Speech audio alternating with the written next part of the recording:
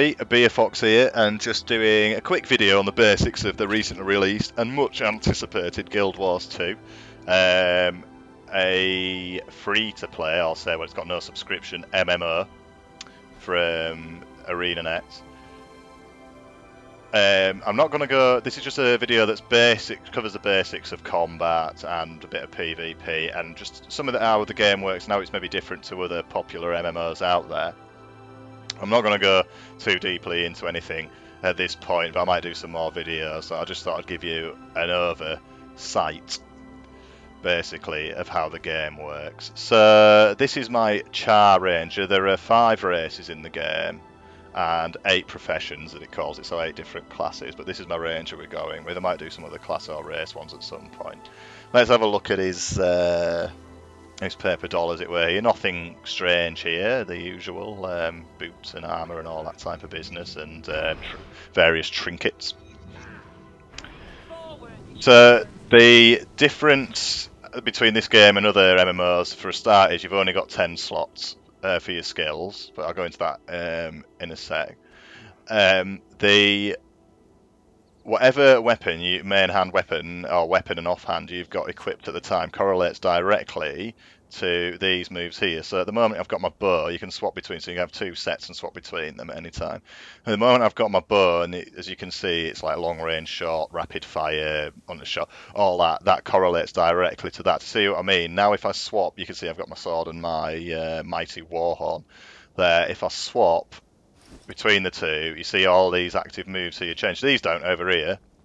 These are always the same. Whatever you can select various other ones, but I'll show you a bit more of that in a sec. So now these correlate to these first 3 to my sword, like Serpent Strike, etc., and the Leap. And this is my offhand, the Warhorn, Hunter's Call, and the Call of the Wild. So I'll just find something to go and kill and show you a little bit of combat with those. Now that thing will do. Probably get killed on me. So there we go. Give that a bit of welly. Call down. It's quite a good one with the old Warhorn. Call down some hawks to attack it, and tear that down. So that's a bit of like melee combat for you there, and not exactly the most exciting thing in the world. I'll just swap now to my bow, and you see the moves have all swapped out. So we can now use the bow. Give it some welly with the bow instead. And again, as you're fighting, I could swap back to the melee. It gets a bit close and give it some absolutely kick in there. So you've got some leeway there with that. So that's a basic view of the combat. Next up, I just wanted to briefly show you the skills and how they unlock over time. So with the combat, I've already shown you that if you swap weapons, whatever weapon you're using or whatever weapon that your class can use, the moves correlate to it. If we have a look at our hero and go to his skills and traits, we can see all the weapon skills here for a start. I haven't even used a short bow yet. We see how these are greyed out. If I had a short bow and picked up one now and started using it, they'd be all greyed out on my bar there. As I progressed, that would unlock further. Don't worry, you don't have to kill much. Whether that's a good thing or a bad thing, that's up to you. I suppose it's meant to be more of a tutorial to get you used to using that move, then that move, then that move, so you're not using that before using that, etc. Up to you, really, whether like you think that's good or bad. I'm not here to tell you otherwise. So we've got the skill slots here now. You get these trait points from doing, like, going around gaining experience doing various missions and what have you, which I'll get into in a sec, and various of the challenges. And you can buy them, you see, look, I can buy that, the spike trap for 1, I can buy flame trap, I might buy a flame trap actually, there you go. Look, yeah. So that's how it's done. Now I've bought that, I could actually go in there, I've got Sikkim there, I can just, oh yes, I don't want that anymore, but I'd like flame trap. There we go, so I can swap all these out, and as you can see, there's a good variety of things there that you can use. So that's how, a brief overview of how, like, the traits work. The skill slots and traits work. As you see, as you go further, there's some elite ones as well, which is your last slot, which are crazy moves. The next ones are your traits, and you get passives from it. You can see there, opening strike causes vulnerability with the first strike. It's locked at the moment. It unlocks when I've got when I've spent 5 points in here, basically. So when I get to level 10, I believe it is, I go and see a ranger skill trainer. He sells me a book for like 10 silver or platinum or whatever the currency is in this game. I use that, and every time I level up after that, I get one of these points, and I can spend it in one of these. So you could obviously go into Beast Mastery or whatever, so it's a nice little passive, more customization for your character till eventually, obviously, you get up to Grandmaster, so obviously a bit of a sync for you there.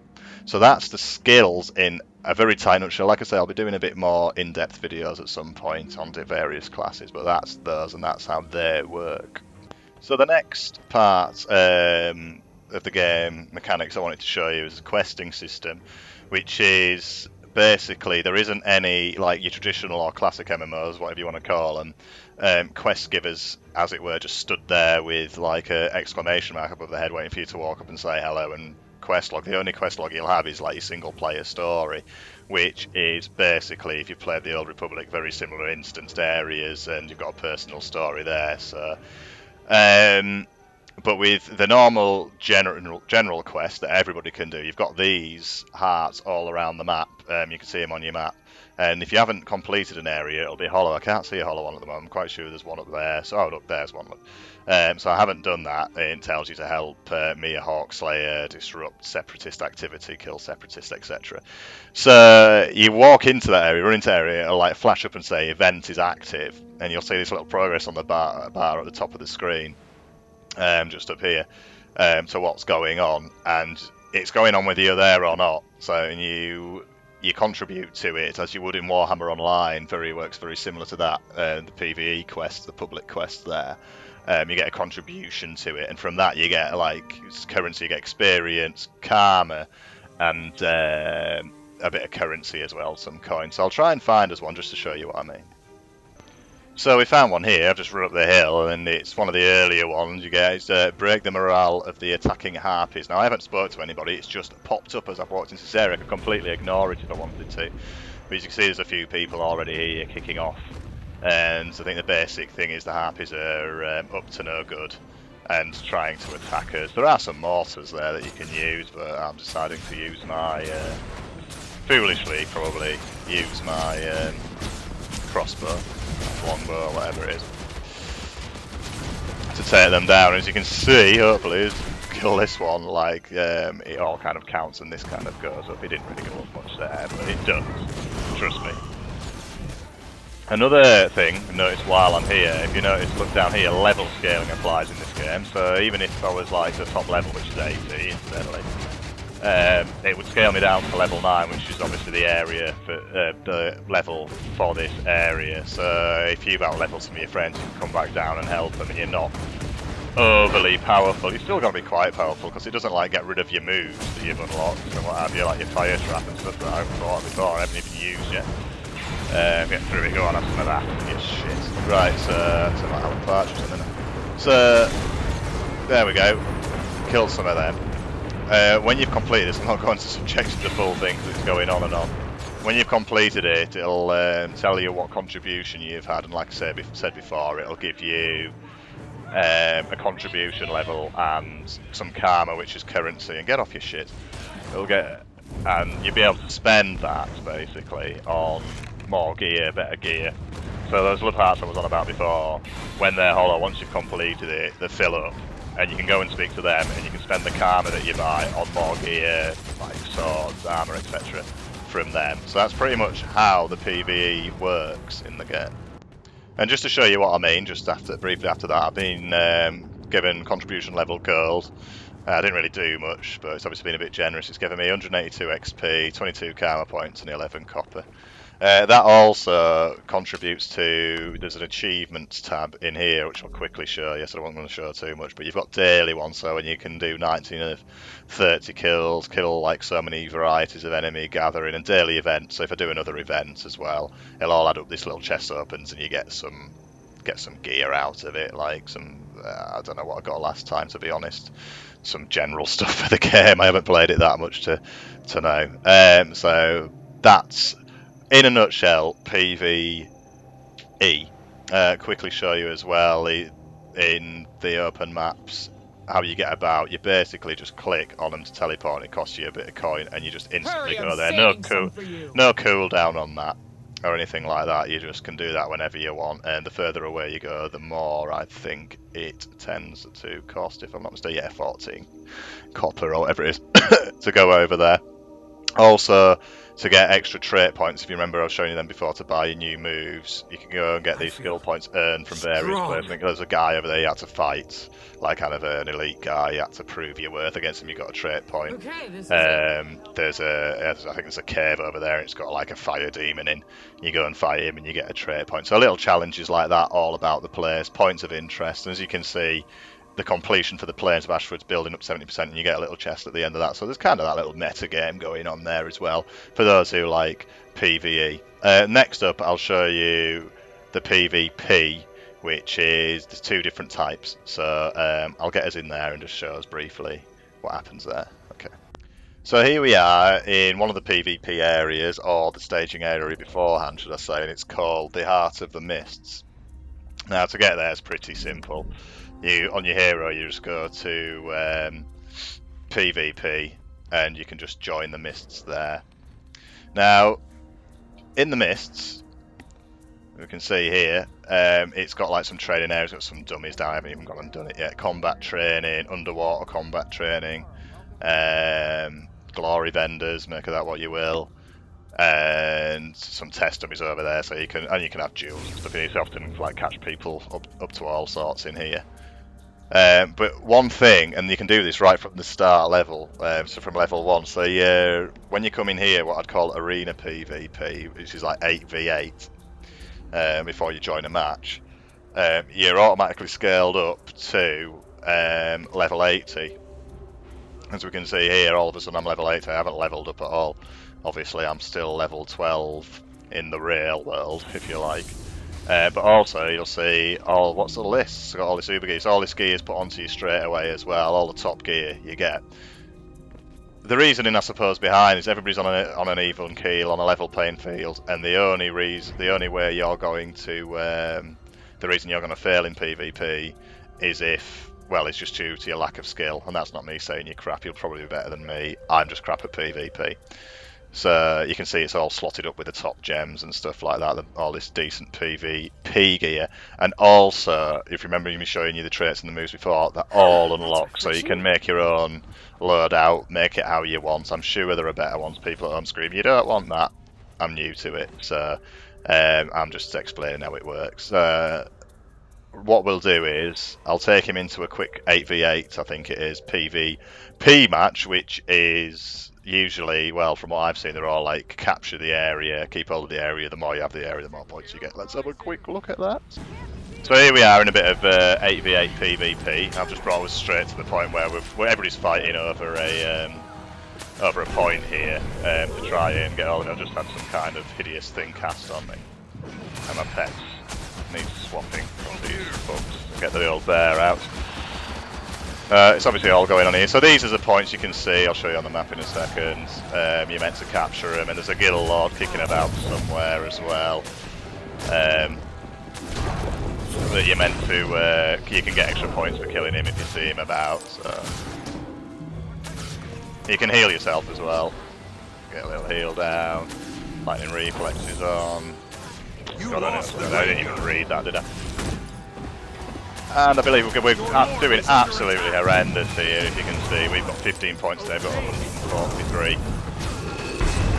But this will get, hopefully, well, hopefully it's probably going to happen any second now. Here we go, you can fight to survive in this game as well. If I manage to kill this player, which is what's going to happen, while I was down, I would have got a rally, and I would have got back up. So you have like a little chance there, and you've got to finish people off as well, so when you get near them and they're on the ground throwing stuff at you, you've got to put a flag in them. You just press F and it's a little like cast time channel.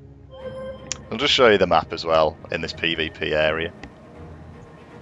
So yeah, if you see the areas we're meant to capture here, hopefully it'll go a bit better for you than it's gone for me. 25 points to 204, we're getting absolutely raped here. And you get basically, is it glory points. As you can see, I'm a rabbit at the moment, I'm absolutely shite. You get these glory points, and you use those glory points to buy like more cosmetics basically and stuff in this, because you've already got the top gear. Your base is under attack. I hope I've explained that kind of clearly, as it were. So remember, you can start at level 1 in PVE, but you can go to the mist and you'll automatically level 80 with the top gear, and it puts everybody on an evil keel. That's how this works, and it's just, I suppose, more for tournaments and practice and ranking up. There is another PvP, which I'll show you in a minute, which is World v World, which is 3 servers, which is quite interesting, but that works slightly differently, so I'll go to that now and show you it.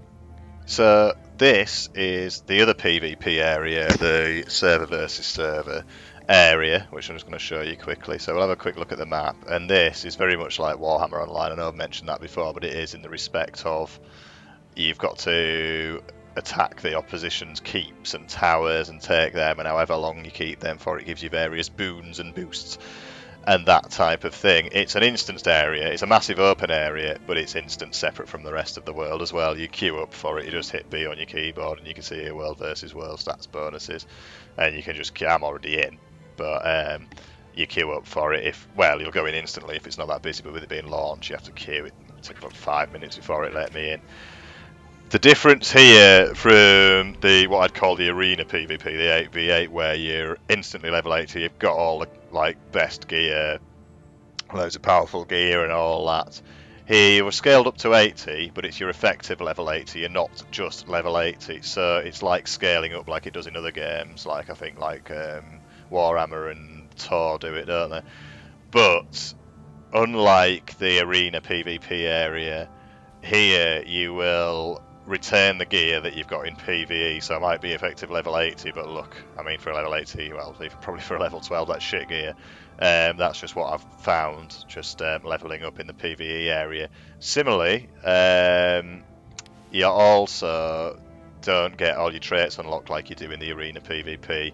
Everything you've got here is just everything you bought and unlocked in PvE, so a word to the wise, perhaps might be worth getting to know your class a bit, leveling up a bit in PvE, getting some decent gear first before you start coming here. Of course, when you come here, you do get a currency here as well, and there are vendors here that you can buy various PvP gear from. I'll just try and find us a quick fight, show you that before I end this video, just to show you what it's all about. So I've found a Mason fight going on. One of the keeps up here is being attacked, and this other server's trying to take it as their own. As you can see, I don't stand a chance. I can actually get in that door over there if I could sneak past them all, which wouldn't be too hard, I don't think.